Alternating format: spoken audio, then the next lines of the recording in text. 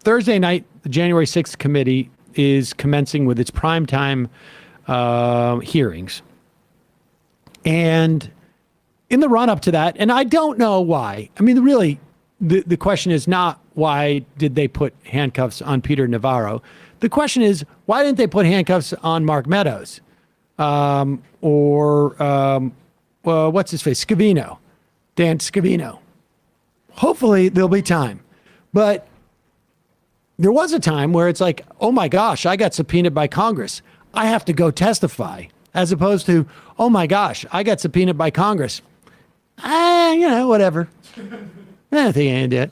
And Peter Navarro, who I do think is a lunatic, decided he was going to blow off a congressional subpoena.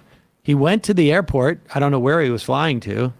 He's probably got some right-wing conference that he's going to, hawk something. But here he is coming out of, is this outside of the police department?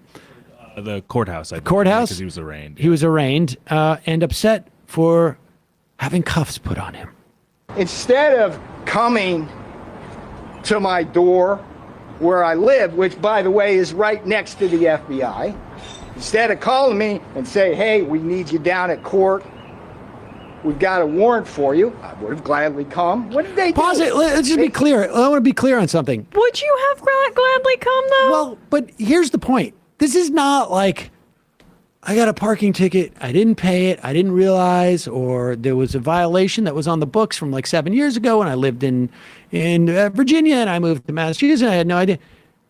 You got a congressional subpoena. You blew it off.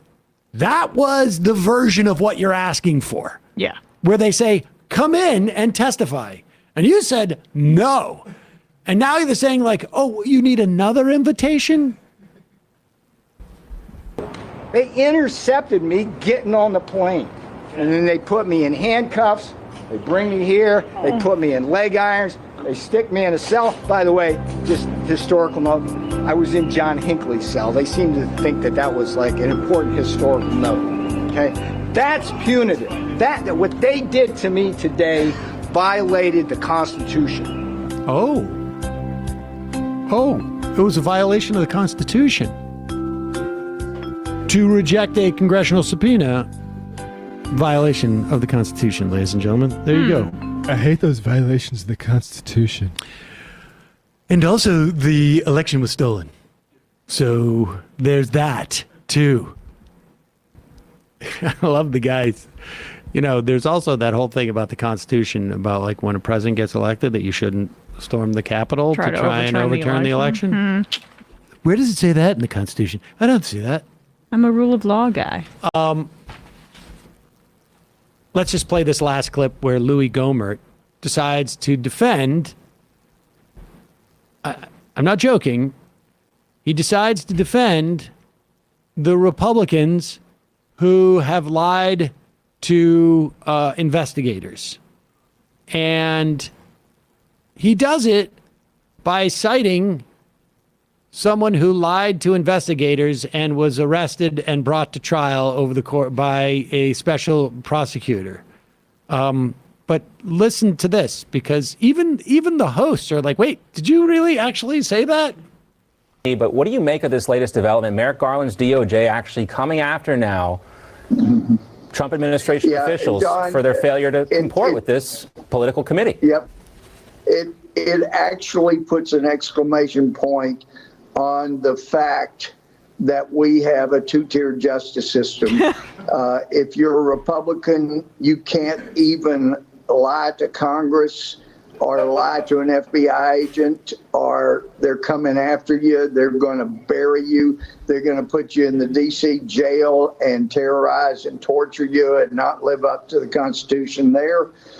However, this comes on the heels of Sussman being a... No. Because the best is the reaction of the host. Keep going.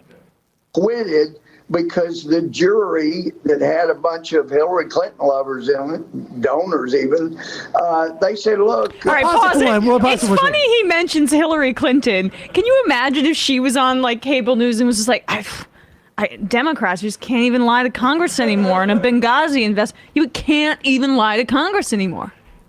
We should also say that just in case people don't understand this, because they presume that people don't, it's not like, the defendant gets to choose who sits on the jury. There is an entire process where the lawyers sign off on who's going to be on the jury.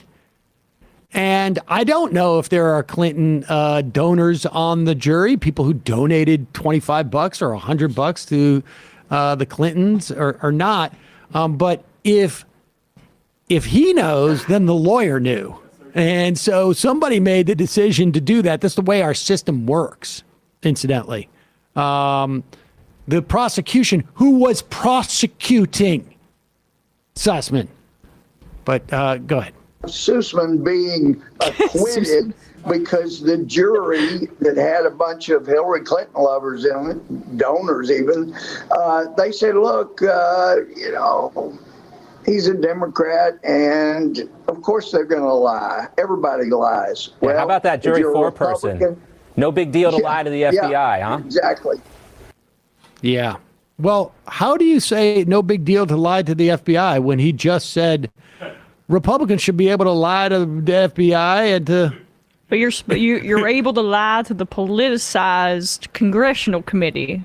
It's actually no big deal. Which is why it's actually no big deal that if Hillary Clinton lied to the Benghazi committee.